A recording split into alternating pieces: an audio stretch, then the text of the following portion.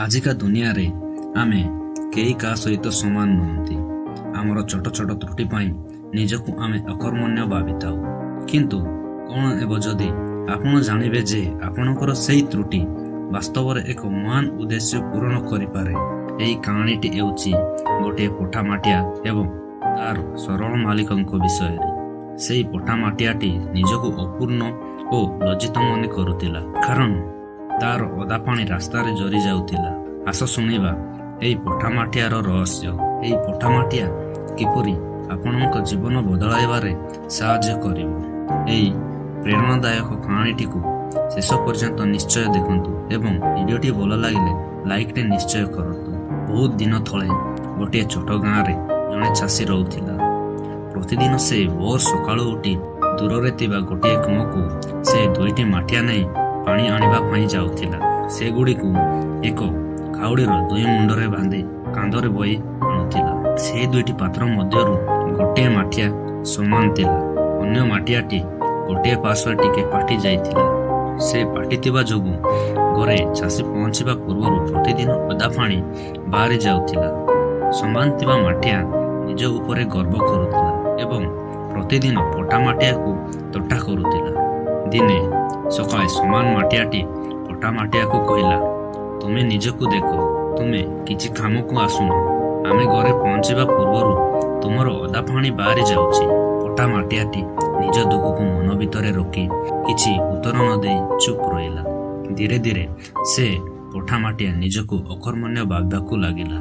ଦିନେ ସେ ନିଜର ଭାବନାକୁ ଆଉ ନିୟନ୍ତ୍ରଣ କରି ନ ପାରି ସେ ଚାଷୀକୁ ଧୀରେ କହିଲା, ମୋତେ କ୍ଷମା କରିଦିଅ। ଚାଷୀ ଜଣକ ତାଙ୍କୁ ସ୍ନେହରେ ଛାଇଁଲେ। ପଠାମାଟିଆଟି ଡରିକି କହିଲା, କାରଣ ମୁଁ ଭାଙ୍ଗି ଯାଇଛି, ମୋର ଗୋଟିଏ କଣା ଅଛି। ମୋ ଯୋଗୁଁ ତୁମର ପରିଶ୍ରମ ବ୍ୟର୍ଥ ହେଉଛି। ମୁଁ ନିଜକୁ ଲଜ୍ଜିତ ମନେ କରୁଛି। ଦୟାକରି ମୋତେ କ୍ଷମା କରିଦିଅ।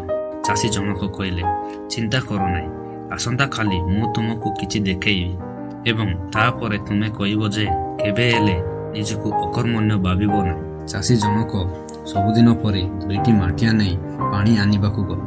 ଫେରିବା ସମୟରେ ସେ ପଠାମାଟିଆକୁ କହିଲା, ଆଜି ମୁଁ ଚାହୁଁଛି ତୁମେ ରାସ୍ତାର ପାର୍ଶ୍ୱକୁ ଭଲ ଭାବରେ ଦେଖ। ପଠାମାଟିଆଟି ତଳକୁ ଚାହିଁଲା। ତାର ଆଶ୍ଚର୍ଯ୍ୟର ସୀମା ରହିଲା ନାହିଁ।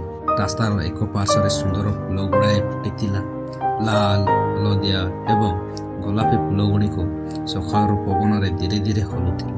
ଫୁଲର ସୌନ୍ଦର୍ଯ୍ୟ ଦେଖି ପାତ୍ରଟି ଟିକେ ଖୁସି ହେଲା।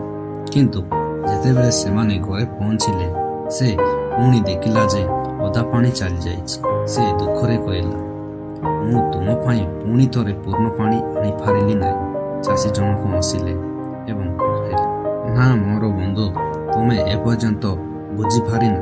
ତୁମେ କିଛି ଲକ୍ଷ୍ୟ କଲ ନାହିଁ କି ଫୁଲଗୁଡ଼ିକ କେବଳ ତୁମ ରାସ୍ତା ପାର୍ଶ୍ୱରେ ହିଁ ଥିବ, ଅନ୍ୟ ମାଟିଆ ପାର୍ଶ୍ୱରେ ନୁହେଁ। ପଠାମାଟିଆଟି ଆଶ୍ଚର୍ଯ୍ୟରେ ପଚାରିଲା, କାହିଁକି? ଚାଷୀ କହିଲା, ମୁଁ ତୁମର ପାଠ ବିଷୟରେ ଆଗରୁ ଜାଣିଥିଲି। ସେଥିପାଇଁ କିଛି ମାସ ପୂର୍ବରୁ ମୁଁ ରାସ୍ତାର କଡ଼ରେ ଫୁଲ ମଞ୍ଜିଗୁଡ଼ିକୁ ପୋତି ଦେଇଥିଲି। ପ୍ରତିଦିନ ଯେତେବେଳେ ଆମେ ଘରକୁ ଫେରୁଥିଲୁ ତୁମେ ନ ଜାଣିବି ମଞ୍ଜିଗୁଡ଼ିକୁ ପାଣି ଦେଉଥିଲ ଏବଂ ବର୍ତ୍ତମାନ ତୁମର ସେହି ପାଠ ଯୋଗୁଁ ସାରା ରାସ୍ତା ସୁନ୍ଦର ଫୁଲରେ ଭରିଯାଇଛି। ଚାଷୀଙ୍କ ଏହି କଥା ଶୁଣି ପଠାମାଠିଆର ଦୁଃଖର ଲୁହ ଖୁସିର ଲୁହରେ ପରିଣତ ହେଲା। ଚାଷୀ କହିଲେ, ଦେଖିଲ, ତୁମେ ଭାବିଲ ତୁମର ଦୁର୍ବଳତା ତୁମକୁ ଅକର୍ମଣ୍ୟ କରିଦେଲା, କିନ୍ତୁ ତୁମର ଦୁର୍ବଳତା ସମସ୍ତଙ୍କ ପାଇଁ ସୌନ୍ଦର୍ଯ୍ୟ ପାଲଟିଛି। ବନ୍ଧୁମାନେ, ଏହି ଦୁନିଆରେ କେହି ବି ସମାନ ନୁହନ୍ତି। ଆମ ସମସ୍ତଙ୍କର କିଛି ନା କିଛି ତ୍ରୁଟି ନିଶ୍ଚୟ ଅଛି। ଆମର ସମସ୍ତଙ୍କର ନିଜସ୍ୱ ପାଠ ଅଛି। କିନ୍ତୁ ବେଳେବେଳେ ଆମେ ଯେଉଁ ଜିନିଷକୁ ଆମର ଦୁର୍ବଳତା ଭାବୁ, ଯଦି ଆମେ ସେ ଦୃଷ୍ଟିକୋଣ ବଦଳାଇ ଦେବା, ତାହା ହିଁ ଆମର ଶକ୍ତିରେ ପରିଣତ ହୋଇପାରେ। ଠିକ୍ ପଠାମାଟିଆ ପରି ତୁମର ତ୍ରୁଟି ମଧ୍ୟ କିଛି ସୁନ୍ଦର ସୃଷ୍ଟି କରିପାରେ। ବନ୍ଧୁମାନେ, ଏହି କାହାଣୀଟି ଭଲ ଲାଗିଥିଲେ ନିଶ୍ଚୟ ଗୋଟେ ଲାଇକ୍ ଏବଂ ଏମିତି ସବୁ ଭିଡ଼ିଓ ଗୁଡ଼ିକ ଦେଖିବା ପାଇଁ ଚ୍ୟାନେଲଟିକୁ ସବସ୍କ୍ରାଇବ୍ କର।